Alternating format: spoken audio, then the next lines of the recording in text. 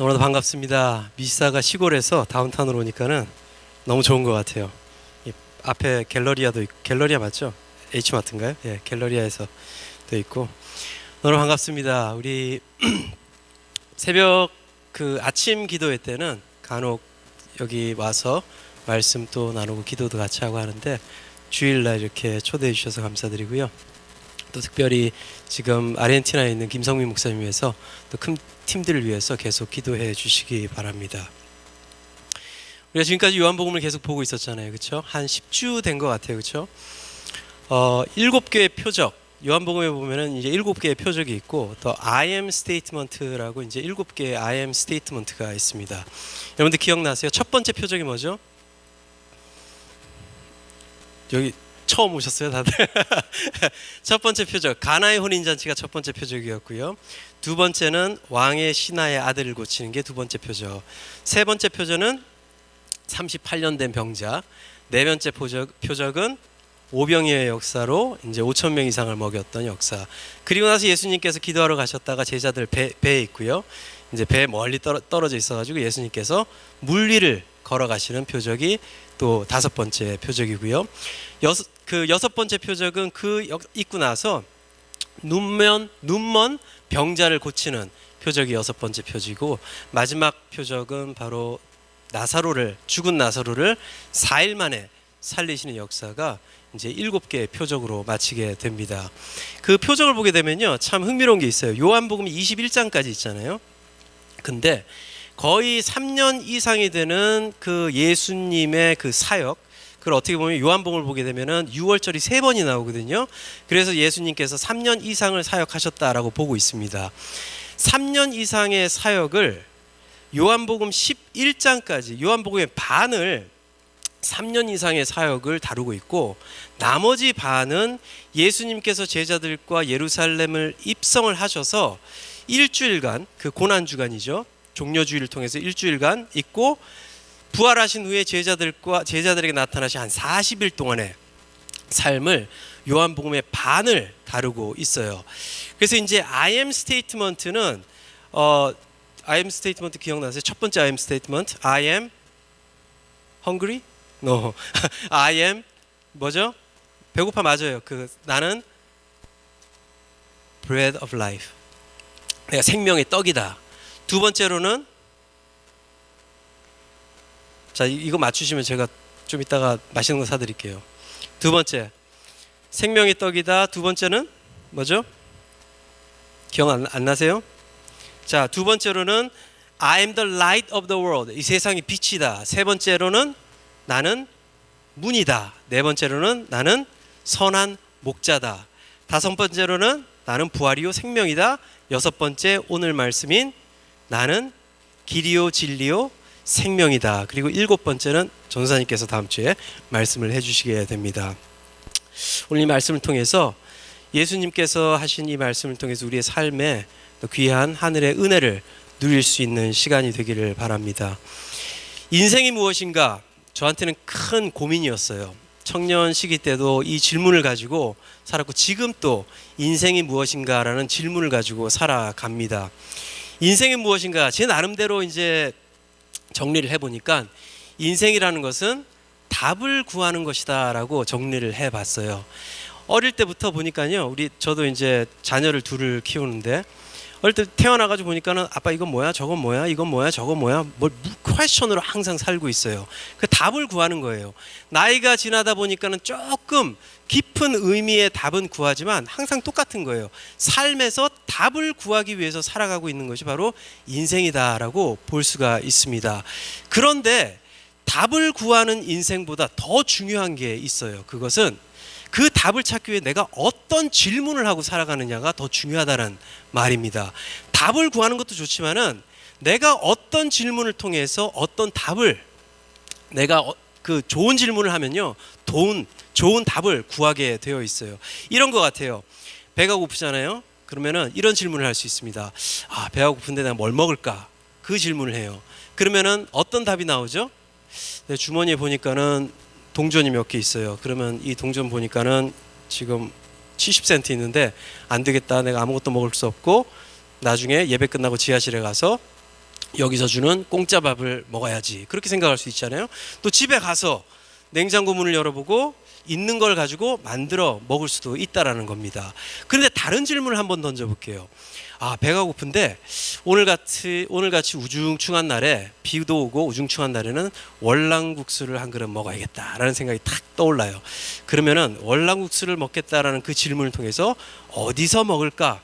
어디를 가면 맛있게 먹을까? 또 누구랑 가서 먹으면 맛있게 또 먹을 수 있고 또 좋은 교제를 할 수 있을까? 그러한 답들을 우리가 볼 수 있다라는 겁니다. 그렇기 때문에 인생에 있어서 중요한 것은 내가 어떤 질문을 하고 살아가느냐에 따라서 그 사람의 진로가 바뀐다라는 거예요. 그렇기 때문에 오늘 이 말씀을 통해서 이 말씀, 예수님께서 나는 길이요 진리요 생명이다라고 말씀하신 이 답을 주셨는데 그 답을 주시게 된 계기가 있다라는 거죠. 요한복음 13장서부터 쭉 가다 보면요, 이 제자들과 예수님께서 모여가지고 이제 다락방에서 이제 성만찬을 하시고 이제 앞으로 어떤 일이 일어날 거에 대해서 예수님께서 이제 제자들에게 말씀을 하고 있는 장면이에요. 그런데 여기서 13장과 14장을 보면은 베드로라는 인물도 질문을 하고요, 도마라는 인물도 질문을 하게 됩니다. 근데 이 베드로와 도마를 비교해 볼 때 우리는 생각에 베드로는 좀 믿음이 있고 도마는 의심이 많은 사람이다라고 생각할지 모르겠지만 저는 조금 다르게 생각해요. 다르게 생각한다고 나쁜 건 아니고요. 베드로도 의심을 했어요. 그렇죠? 무리를 걸어갈 때, 예수님께서 걸어갈 때 그 막 주위에서 일어나는 것 때문에 무서워서 이제 초점이 좀 떨어졌는지 믿음이 좀 약해졌는지 물속으로 떨어질 때 예수님께서 그 베드로의 믿음을 지적을 하셨어요. 도마도 우리가 의심이 많은 자라고 하지만 딱 성경의 요한복음에 딱 한 번 나와요. 예수님께서 부활하셨을 때 제자들은 부활하셨을 때 제자들한테 예수님이 오셨는데 그때 도마가 없었어요. 그리고 나서 도마가 얘기를 들었어요. 제자들이 예수님을 만났다니까 나는 도대체 그거를 그 상처난 자국에 내 손가락을 집어넣지 않고서는 믿을 수가 없다라고 얘기했어요. 그거는 제가 봤을 때는 예수님에 대한 의심이 아니라 다른 제자들에 대한 의심이었던 것 같아요. 아무튼 그리고 나서 고백을 하는데 베드로는 예수님을 하나님의 아들이다라고 고백을 해요. 근데 도마는 요한복음 20장을 보게 되면 예수님이 하나님이십니다라는 고백을 해요. 고백부터가 틀리다는 얘기예요. 또 여기서도 마찬가지예요. 질문을 던지는데 베드로는 조금 좀 부족한 질문을 던져요. 어떤 질문을 던지죠? 제가 13장 말씀을 읽어드릴게요. 13장 36절의 말씀입니다. 시몬 베드로가 이르되 주여 어디로 가시나이까? 예수께서 대답하시되 내가 가는 곳에 내가 지금은 따라올 수 없으나 후에는 따라오리라, 이렇게 말씀하셨어요. 그리고 나서 베드로가 다시 질문합니다. 주여 내가 지금은 어찌하여 따라갈 수 없나이까? 주를 위하여 내 목숨을 버리겠나이다 라는 엄청난 고백과 질문을 던지는 것 같이 보여요. 그런데 보세요.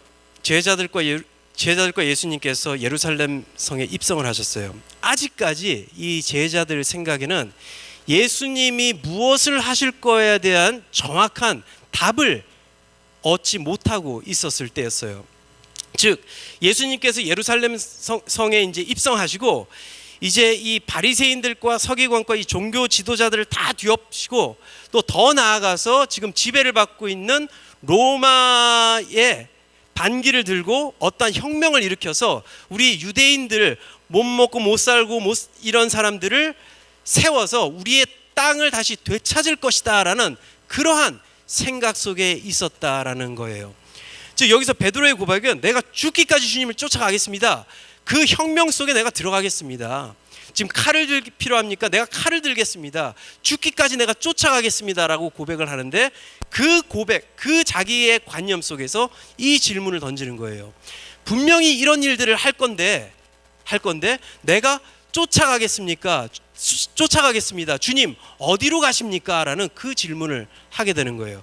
그때 예수님께서는 동문서답을 하세요. 지금은 따라올 수 없다라고 말씀하세요. 그리고 나서 도마가 아주 좋은 질문을 하는 것을 보게 됩니다. 14장 보니까요. 14장 5절 말씀입니다. 도마가 이르되 주여 주께서 어디로 가시는지 우리가 알지 못하거늘 그 길을 어찌 알겠사옵나이까? 라는 질문을 하게 돼요. 주님이 지금 어디로 간다고 자꾸 그러세요. 근데 잘 생각해 보니까는 베드로의 생각이 잘못됐다는 거예요. 도마 자신도 지금까지 12제자가 예수님을 쫓아서 왔고 앞으로 어떤 일이 있을지를 상상을 하고 기대를 하고 왔는데 예수님은 그게 아니라고 자꾸 말씀을 하세요. 그리고 예수님은 어디로 가셔야 된다. 그 제자들이 있을 처소를 준비하러 가셔야 된다고 얘기를 하세요. 그러고 나니까 도마가 질문이 하나 생겨요. 지금까지 내가 생각했던 게 틀렸구나. 그러면 어떤 질문을 해야 돼요? 예수님 어디로 가십니까? 라는 질문을 드려야 되는 거예요. 그 길을 쫓아가기 위해서는 그 질문을 드려야 되는 거예요. 우리 인생의 삶에도 마찬가지입니다. 우리가 삶을 살아갈 때 청년 시기에 저도 고생을 좀 많이 했어요. 우리 부모님이 이혼을 하시고 이제 캐나다로 고등학교 때 이민을 와서 부모님이 이혼을 하시고 아버지는 한국으로 들어가셨어요. 그러니까 수입도 없죠. 그래서 한 8개월 정도를 저 브램턴에 있는 그 홈레스 쉘터에서 살았었어요. 가족들이 같이. 그러면서 저한테는 질문이 하나씩 생겨요. 내 삶이 지금 어디로 가고 있습니까? 그런 질문이 생겼어요. 우리 어머님은 열심히 교회를 다니셨는데 그때 저는 이제 반항기 사춘기가 요즘은 굉장히 빨라져가지고 제 딸이 13살인데 지금 사춘기 왔는데 저는 그때 17살 때 18살 때 그때 이제 사춘기를 경험하면서 내 길이 앞으로 어떻게 펼쳐질지, 내가 앞으로 그 진로를 어떻게 선정해야 될지 그 질문이 너무나도 많았어요. 그런데 그 질문 속에서는 항상 내가 중심으로 되어 있었다라는 거예요. 베드로의 질문도 그랬어요. 베드로의 질문 또한 베드로 자신이 중심이 되어서 야, 이러한 것을 통해서 예수님께서 이런 일을 하시겠지라는 그 생각과 관념 속에서 그 질문을 던졌다라는 거예요. 그런데 도마는 예수님께서 하시는 말씀을 보니까 이게 아니야. 이 질문이 내 중심적으로 드려지는 것이 아니라 예수님 중심적으로 질문이 드려져야 된다라는 것을 깨닫고 그 질문을 드리게 됩니다. 여러분들은 어떤 질문을 하고 살아가세요? 삶이 꽉 막혔다라고 생각할 때도 있을 거예요. 앞이 잘 안 보인다. 진학 문제, 또 신분 문제, 이제 보니까는 결혼 문제, 그렇죠? 결혼 문제. 저 사람이 맞나, 이 사람이 맞나, 요 사람이 맞나. 제 아내도 국민학교 때부터 남편을 위해서 기도했대요. 근데 기도의 결과가 저예요. 좀 미안하지만 그 사람들 한 8명을 두고 기도를 했대요. 저한테 솔직하게 얘기했어요. 8명을 두고 기도. 그 8명이 내가 다 아는 사람이에요. 8명을 두고 기도했대요. 괜찮아요. 솔직하게 우린 얘기해요. 8명을 두고 기도했대요. 그러다가 하나님께서 딱 보니까 제가 제일 멋있었던 것 같아요. 그렇죠? 그래가지고 이제 저랑 결혼을 한 거예요. 국민학교 때부터 결혼할 상대를 위해서 기도를 하는 사람들도 있고 지금은 진학을 위해서, 직장을 위해서, 앞으로 내가 어떻게 하면 가정을 잘 꾸릴 수 있으며 또 어떻게 하면 내가 캐나다에 살 수 있고 뭐 한국을 되돌아가던 이러한 그 진로 속에서 많은 질문들이 있다라는 이야기예요. 그런데 중요한 질문은 내가 무엇을 찾을 것인가가 중요한 것이 아니라 주님께서 가시는 길을 먼저 볼 때 그 안에서 좋은 답을 구할 수 있게 되는 것입니다. 헨리 브래커비라는 사람이 Experiencing God, 하나님을 경험하는 삶에 대해서 책을 쓰셨는데 거기서 중요한 요점이 이거예요. 지금 많은 사람들이 자기 중심으로 기도한다는 얘기예요. 하나님, 나를 위한 하나님의 뜻이 무엇입니까? 나를 위한 이게 무엇입니까? 나를 위한 것이 무엇입니까? 항상 기도의 중심, 세상의 중심이 나를 중심으로 돌아간다는 거예요. 그걸 깨닫지도 못한 채. 그런데 우리의 기도의 중심을 어디로 돌리냐? 하나님, 지금 하나님이 하고 계시는 일이 무엇입니까? 거기에 내가 동참하게 해주시고 그것을 쫓아가며 그것을 붙들게 역사하시고 내 마음을 감동시켜 주시고 바꿔주십시오라는 기도가 먼저 나와야 된다라고 말씀을 하셨어요. 성경에서도 예수님께서 이렇게 말씀하셨죠. 너희는 그의 나라와 의를 먼저 구하라. 그리고 나면 나머지 것을 다 더해 주신대요. 지금 우리의 문제는 우리 것을 먼저 찾기 위해서 너무나도 많은 수고와 헌신과 노력을 하기 때문에 더 중요한 것을 잊어버리고 살기 때문에 우리의 삶 속에 더 어려움이 오고 있다라는 것이에요. 그렇기 때문에 여러분들의 인생의 그 질문을 여러분들 중심의 질문으로 하나님께 구하고 기도하고 나아가는 것이 아니라 하나님 중심에서 이 문제를 풀어나갈 수 있도록 내 마음을 열어주시고 하나님께서 하시는 것을 보게 해 주십시오라는 그 질문할 때에 하나님께서 더 좋은 답을 주실 줄 믿습니다. 그래서 예수님께서 답을 주세요. 내가 길이요 진리요 생명이다 라고 말씀을 하십니다. 이 첫 번째 길에 대해서 제가 말씀드릴게요. 길은 목적지가 아니에요. 근데 많은 사람들은 길이 목적지라고 착각하고 살아갈 때가 있다라는 얘기예요. 길을 위해서 길을 가지 않아요. 근데 많은 사람들은 길을 위해서 길을 걸어가고 있어요. 길은 목적지로 인도하는 길이에요. 그렇죠? 방향이에요. 그렇기 때문에 길을 잘못 들면요, 목적지로 가는 게 너무나도 힘들어진다라는 얘기예요. 제가 키플링 서브에 살고 있어요. 혹시 키플링 서브에 사시는 분들 저 보시면은 모른 척 하셔도 돼요. 예, 농담이고. 자, 키플링 서브에 살고 있는데 이제 차를 타고 이제 427을 타고 미사가 교회로 가는데 아침에 차가 굉장히 막혀요. 427을 타고 이렇게 쭉 올라가다가 27번으로 가서 렉스데일로 빠져가지고 교회로 갈 수 있고 427로 가서 데리로 해서 이렇게 갈 수도 있어요. 그러다 이제 봐요. 어느 쪽이 차들이 더 막히는지 봐서 427이 많이 막힌다 그러면 27번을 해가지고 가고, 또 27번이 막힌다 그러면 427로 해서 가고, 요즘 공사가 많아가지고 길이 너무 많이 막혀가지고 보통 15분 10분이면 가는 거리가 한 30분 40분이 걸릴 때가 있어요. 우리가 길을 잘못 들어가면요 이렇게 고생을 하게 돼요. 그렇다면 우리는 어떻게 길을 찾을 수 있을까? 왜 예수님께서는 자기 자신이 길이라고 말씀하셨을까? 왜? 길을 통해서 우리 자신이 누구인지를 깨닫게 되기 때문입니다. 이 성경을 보게 되면요, 이 길을 표현하는 방법을 통해서 하나님께서 이 이스라엘 백성들을 인도를 하시는데 3번의 물을 건nom을 통해서 하나님의 길을 보여주셨어요. 첫 번째로는 이스라엘 백성들이 포로 생활을 애굽에서 오래 하다가 하나님께서 이제 모세를 통해서 그 이스라엘 백성들을 인도해 주셔서 홍해 바다를 건너는 순간이에요. 그것을 은혜의 길이라고 표현을 합니다. 홍해 바다를 건너는데 너무 넓고 너무 깊어요. 이거는 배가 있어도 건너기 힘든 바다인데 하나님께서 그 물을 갈라주심을 통해서 은혜로서 건너게 됐던 거예요. 하나님의 은혜 속에서 건너는 이 은혜를 깨닫게 하시는 그 길이다라는 이야기입니다. 우리가 매일같이 살아갈 때에 이 세상에 많은 질문들을 하고 살아갈 때에 그 질문들 속에서 하나님의 은혜를 계속 기억하며 살아야 된다라는 이야기예요.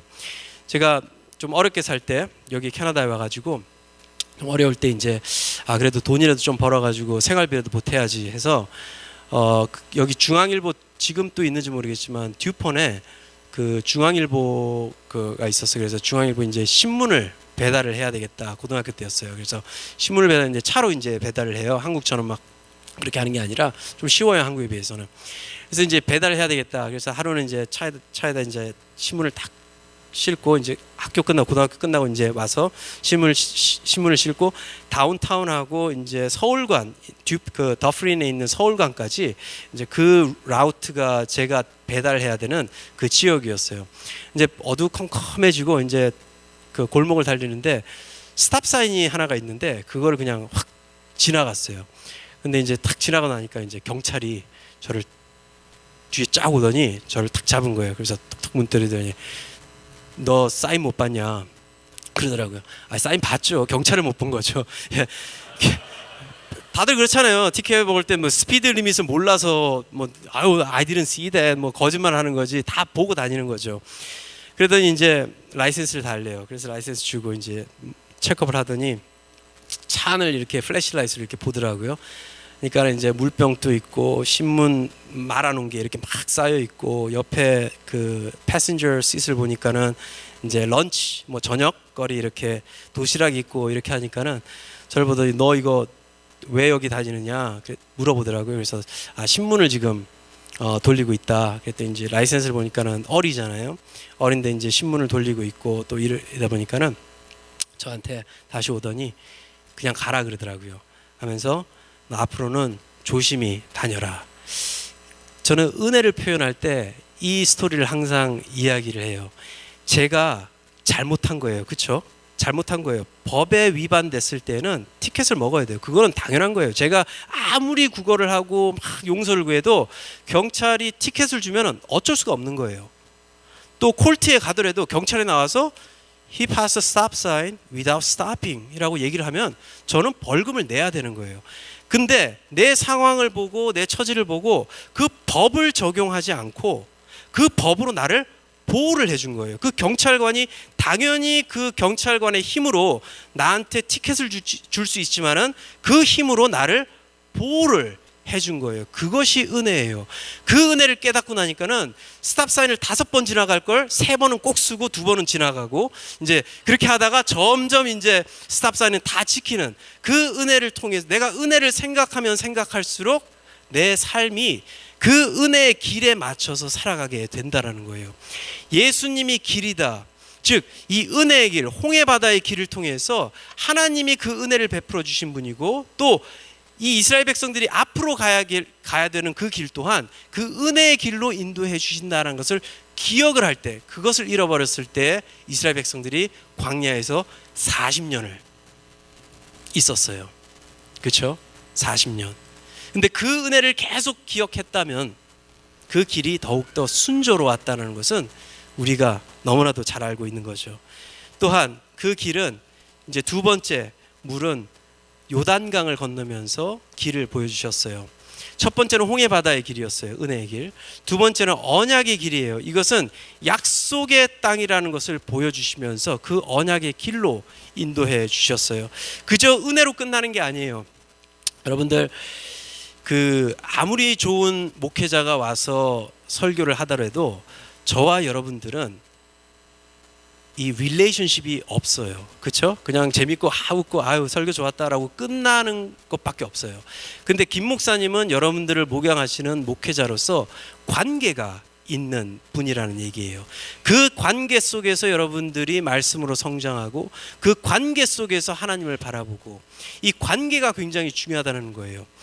여기 아무리 아름다운 그 분들이 여자분들이 앉아 있을지 모르겠도 저랑 상관이 없어요. 왜? 저는 아내가 있기 때문에. 아내가 아무리 못생겼다 하더라도 가장 이쁜 사람이 제 아내. 왜? 그 언약의 관계에 있기 때문에 굉장히 이뻐요. 네. 아무튼 그 언약의 관계에 있기 때문에 하나님께서 그냥 은혜를 주고 지나가는 우리 홈레스 앉아 있는 사람한테 우리가 돈을 주잖아요. 뭐 줄 때도 있잖아요. 1불 2불 줄 때도 있고 물을 사다 줄 때도 있고 음식을 사다 줄 때도 있고 은혜를 베푸는 거예요. 하지만 나랑 그 사람하고는 관계가 없어요. 그런데 내가 그 사람과 같이 앉아서 그 사람과 삶을 나누면서 야 여기 있지 말고 내가 도움을 줄게. 그 순간부터 내가 도움을 주기 순간부터 나랑 그 사람과는 관계가 형성되는 거예요. 하나님께서 홍해 바다로 은혜를 베풀어 주셨지만 이제 그 요단강을 건너면서 이제 이스라엘 백성과 하나님은 이러한 언약의 관계, 이제 이 백성들이 가야 될 곳은 하나님께서 언약 속에서 지켜주시고 또한 준비시켜 주셨다라는 그 땅을 들어감을 통해서 이 언약의 길에 들어가게 되는 것을 보게 돼요. 마지막 길은요 고난의 길입니다. 요한복음 18장을 보게 되면요 18장 1절을 보게 되면 제가 봉독해 드릴게요. 예수께서 이 말씀을 하시고 제자들과 기드론 시내 건너편으로 가시니 그곳에 동산이 있는데 제자들과 함께 들어가시니라. 마지막 물은요 예수님께서 건너가셨어요. 자 생각해 보세요. 홍해 바다예요. 그렇죠? 요단강, 강이에요. 이제 요한복음 18장에서는 기드론 시내라고 얘기해요. 물은 점점 얕아져요. 샬로해져요. 그런데 건너기는 쉬운 것 같아요. 근데 보면은 성경을 보게 되면 이 홍해 바다가 가장 건너기 쉬운 그러한 길이었다라는 걸 알게 돼요. 기드론 시내는 순종과 열정과 헌신 없이는 건널 수 없는 것이라고 말씀해 주시면서 그 길을 예수님께서 제자들과 함께 건너가시는 것을 보게 됩니다. 이 기드론 시내를 건너시면서 예수님께서는 십자가를 지시게 돼요. 열정 없이는 고난 없이는 함께 갈 수 없다라는 이야기예요. 여러분들 결혼을 하고 살면요 그 반지를 3번을 낀다라는 얘기를 들으셨어요? 반지를 3번을 껴요. 약혼 반지를 껴요. 처음에는 인게이지먼트 링, 두 번째는 결혼 반지 웨딩 링, 그리고 세 번째는 서퍼링 고난의 반지를 껴요. 결혼 안 하신 분들 웃으면 이상한 거예요.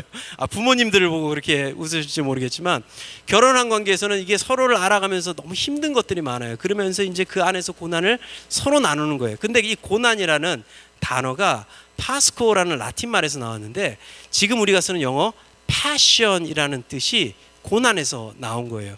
즉 고난을 겪지 않으면은 열정이 없으면 고난을 겪지 못하고, 고난이 없으면 열정이 없다라는 이야기예요. 이 기드론 시내를 건너는 이 제자들과 함께 예수님의 건너을 통해서 그 고난의 십자가를 지시고, 또 제자들에게도 그 고난의 길을 가르쳐 주시면서 이 길을 통해서 너희들이 누구인지를 가르쳐 주고, 또 제자들로 하여금 예수님께서 그 가신 길을 통해서 또 그들의 삶 또한 그 길을 걸어가게끔 해 주셨다라는 것입니다. 예수님께서 길이라 말씀하셨어요.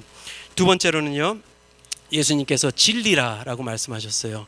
진리 중요하죠. 중요한 거예요. 진리 없이는 우리의 삶이 무너질 수밖에 없습니다. 제가 결혼을 하고 나서요, 한 1년 됐던 것 같아요. 신학교 다닐 때 결혼을 했는데, 결혼하고 나서 이제 야 우리 심심하다 어디 놀러 가자 해가지고 이제 뭐 갈 데 어디 있어요? 토론토에 이제 나이아가라 폴밖에 없잖아요. 나이아가라 가가지고 이제 아주 맛있는 것도 사 먹고, 버거킹 돈이 없으니까 예, 그때는 버거킹 사 먹고 이제 있는데, 그때 버거킹 지금 있는지 모르겠어요. 버거킹 바로 앞에 귀신의 집이라는 게 있어요. 헌티드 하우스. 그래가지고 이제 그걸 제 아내가 딱 보더니, 제 아내가 저보다 조금 더 담대해요. 또 덩치도 있고. 그래가지고 이제 거기 한번 들어가 보자 그러더라고요. 그래서 내가 뭐 저런 데를 들어가나 속으로는 하지만은 또 남자기 때문에 당연히 뭐 그 정도쯤이야 하고 이제 같이 이렇게 들어갔어요. 근데 보통 이렇게 8명 10명 그룹을 지어서 이제 보내는데, 그때는 대낮 지어셔가지고 우리 둘밖에 없었던 거예요. 그래서 앞에 사인을 보니까는 그 임산부나 뭐 노약자들은 들어가지 마세요 뭐 이렇게 적혀 있고, 그 이제 강도가 있더라고요. 그래서 뭐 이렇게 터치하는 것도 있고 막 있는데, 이제 그렇지 않은 게 있어요.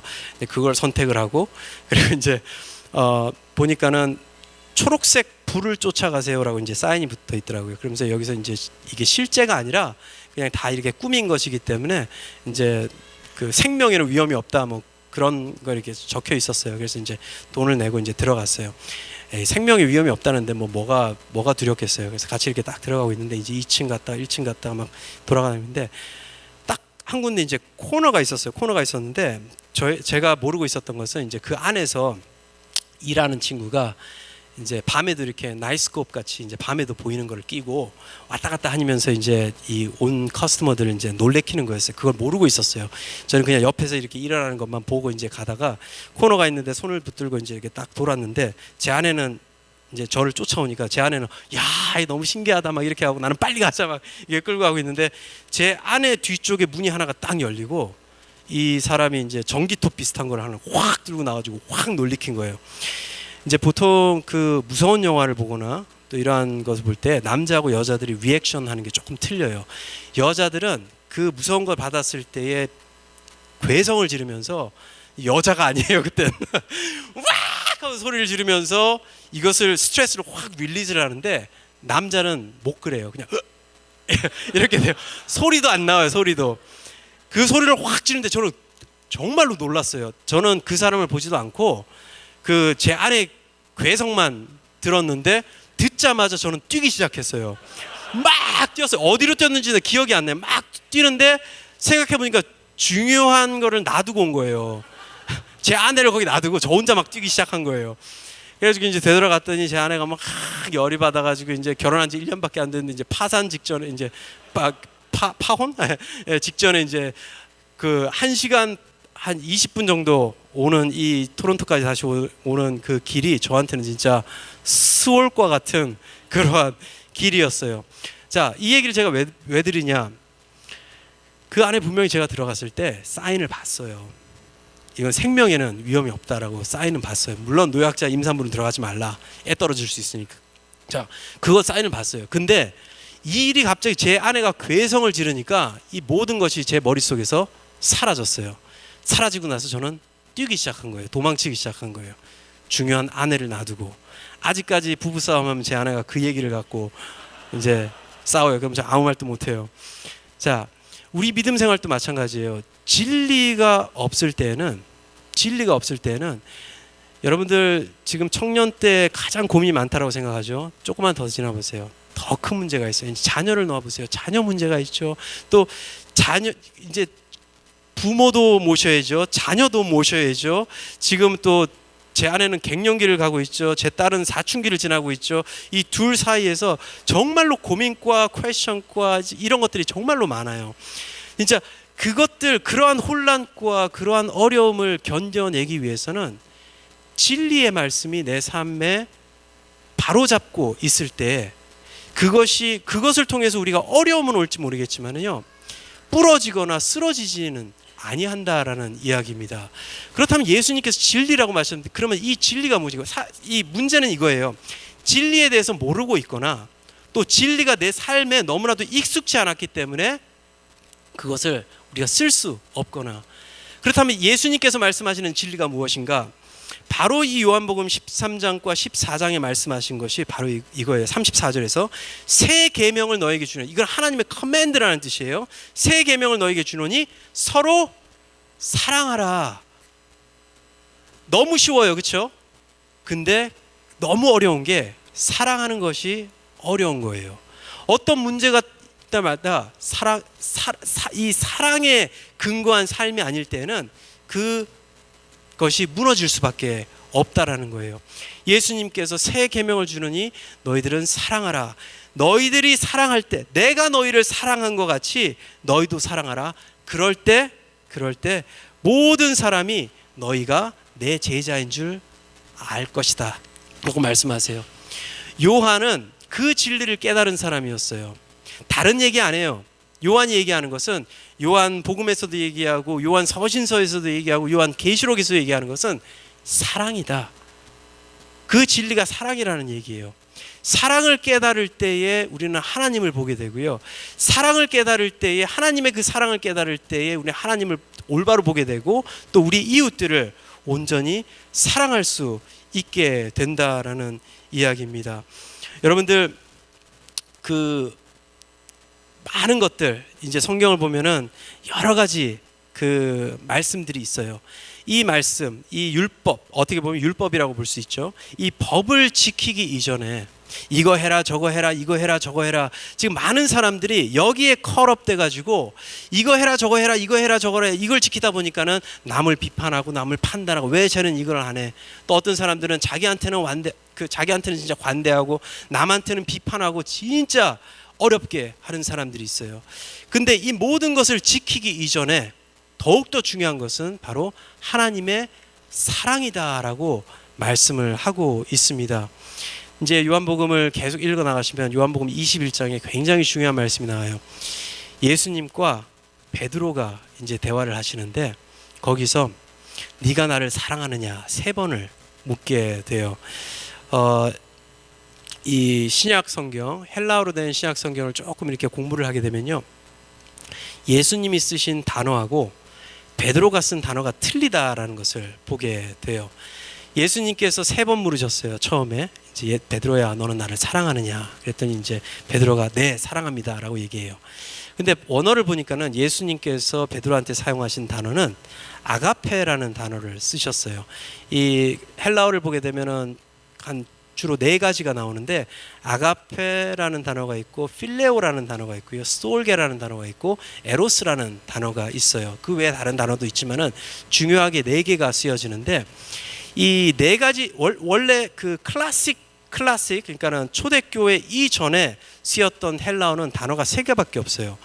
스톨게라는 단어하고 필레오라는 단어하고 에로스라는 단어밖에 없었는데, 초대교회의 교회 역사를 통해서 예수님의 사랑을 나누고 이렇게 지내다 보니까는 이 3가지 단어가 하나님의 사랑을 품을 수 있는 것이 부족하다라고 해서 이 초대교회 때 만들어진 그 단어가 있는데, 그게 바로 우리가 흔히 쓰는 아가페라는 단어예요. 즉 크리스찬들이 만든 단어예요. 자, 예수님께서는 이 베드로한테 너는 나를 아가페로 사랑하느냐라고 했을 때 베드로는 뭐라 그랬죠? 네 사랑합니다 했지만은 저는 필레오로 사랑합니다라고 대답을 하는 것을 보게 돼요. 2번째 예수님께서 물어봤어요. 너는 나를 아가페로 사랑하느냐? 그랬더니 베드로가 주님 잘 아십니다. 저는 주님을 필레오로 사랑합니다 라고 대답을 해요. 세 번째 예수님께서 물으세요. 그때는 조금 수준을 예수님께서 낮춰주신 것 같아요. 너는 나를 필레오로 사랑하느냐? 그랬더니 베드로는 대답은 항상 똑같아요. 예, 필레오로 사랑합니다. 그런데도 그 사랑을 예수님께서 먼저 베드로와 제자들에게 베풀어 주셨기 때문에 너는 내 양을 먹이라, 내 양을 치라, 먹이라 라고 대답을 하십니다. 우리는 부족해요, 솔직히. 하나님의 사랑을 온전히 완전히 이해를 해서 그 사랑을 나누기에는 부족해요. 하지만 예수님께서 계명으로 주셨어요. 명령하셨어요. 내가 너를 사랑한 것 같이 사랑하라, 노력하라는 이야기예요. 그 사랑 안에서 모든 진리가 나온다라는 이야기예요. 고린도전서 13장에서 사랑 없이는 모든 것이 헛된다라고 이야기를 하고 있어요. 믿음, 소망, 사랑 중에서 사랑이 제일이다. 그 말씀 아시잖아요. 그렇죠? 제가 봤을 때 믿음이 제일인데 왜 사랑이 제일입니까? 믿음, 소망, 사랑 그 관계성을 보면 이래요. 하나님하고 우리가 있잖아요. 그 믿음, 소망, 사랑을 볼게요. 하나님이 우리를 믿음의 대상으로 두지 않아요. 믿음의 대상은 우리가 하나님을 대해서 믿음의 대상을 두는 것이고, 소망 또한 우리한테 하나님이 소망을 두세요? 아니요. 우리가 하나님 안에서 소망을 찾는 거예요. 그런데 사랑은 아니에요. 사랑은 하나님께서 우리에게 먼저 주심을 통해서 우리가 믿음과 소망이 생긴 거예요. 그것이 진리라는 말씀입니다. 예수님께서 제자들에게 말씀하신 이 진리, 그 바로 너희는 사랑하라. 이 사랑이 있을 때에 모든 것이 또 이해가 되고, 사랑이 있을 때에 하나님의 용서가 이해가 되고, 사랑이 있을 때에 내 자신이 온전히 밝혀지고 주 안에서 내가 용서받은 자라는 것이 고백되어진다라는 것입니다. 이 사랑, 여기 우리들끼리 하라는 사랑이 아니라 이것을 넘어서, 이 벽을 넘어서 예수님을 알지 못하는 사람한테 그 사랑을 전할 때 너희들이 내 제자인 줄 세상 사람들이 알 것이다 라고 말씀을 하셨어요. 천국 지옥도 중요하지만 그 이전에 사랑을 베풀라라는 말씀을 하십니다. 그것이 없잖아요. 그럼 무너져요. 그것이 없잖아요. 힘들어져요. 그것이 없잖아요. 이제 하나님과 점점 멀어지기 시작해요. 하지만 사랑을 붙들잖아요. 주님께서 우리에게 먼저 주신 사랑을 붙들잖아요. 옆에 좀 부족한 사람들이 이해가 돼요. 그 사람들이 용서가 돼요. 왜? 내가 용서를 받았기 때문에. 그 진리에 있을 때 우리는 그 길을 온전히 갈 줄 믿습니다. 마지막으로는요, 예수님이 생명이라고 말씀하십니다. 이것은 우리의 목적지예요. 길은 방향이고 이 진리는 그것을 이룰 수 있는 방법을 이야기를 하는 것이고, 또한 생명은 목적지라는 것을 말씀을 하고 있습니다. 여러분들 물에 낚시 좋아하는 분이세요? 예, 강에 가서 낚시를 하실 때 죽어있는 물고기하고 살아있는 물고기를 분별하는 방법이 있어요. 제가 이걸 깨달았어요. 제가 여러분한테 가르쳐 드릴게요. 죽어있는 고기는 물에 둥둥 떠 있어요. 그렇죠? 중요한 진리예요. 그렇죠? 물결이 이렇게 확 갈 때 그 물결을 따라서 이 죽은 물고기는 움직여요. 물결이 절로 가면 절로 가고 일로 가면 일로 가요. 근데 살아있는 물고기는 안 그래요. 살아있는 물고기는 물결을 타고 놀기도 하고요, 물결을 거슬러도 가기도 하고, 어떤 물고기들은 그 엄청난 폭포를 가로질러서도 올라가요. 생명이 있는 사람들은 이 삶을 즐길 줄 아는 사람이에요. 그렇다고 해서 예배 끝나고 나가서 술 마시고 막 그런 즐기라는 얘기가 아니라, 하나님께서 주신 이 길과 또 진리를 가지고 즐길 줄 아는 사람이다라는 얘기예요. 세상이 슬퍼할 때 같이 슬퍼하는 사람, 세상이 기뻐할 때 같이 기뻐하고, 또한 친구가 슬퍼할 때 같이 슬퍼하지만 그 슬퍼하는 친구를 기쁨으로 인도해 줄 수 있는 사람이 바로 생명이 있는 사람이며, 또한 그 생명이 예수 그리스도의 안에 있고 우리가 그 믿음을 통해서 그 생명이 우리에게 있다라는 것을 예수님께서 말씀하십니다. 도마가 아주 좋은 질문을 던졌어요. 그렇죠?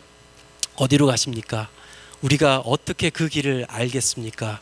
그 질문, 그 좋은 질문에 예수님께서 답변을 하셨습니다. 나는 길이요 진리요 생명이다.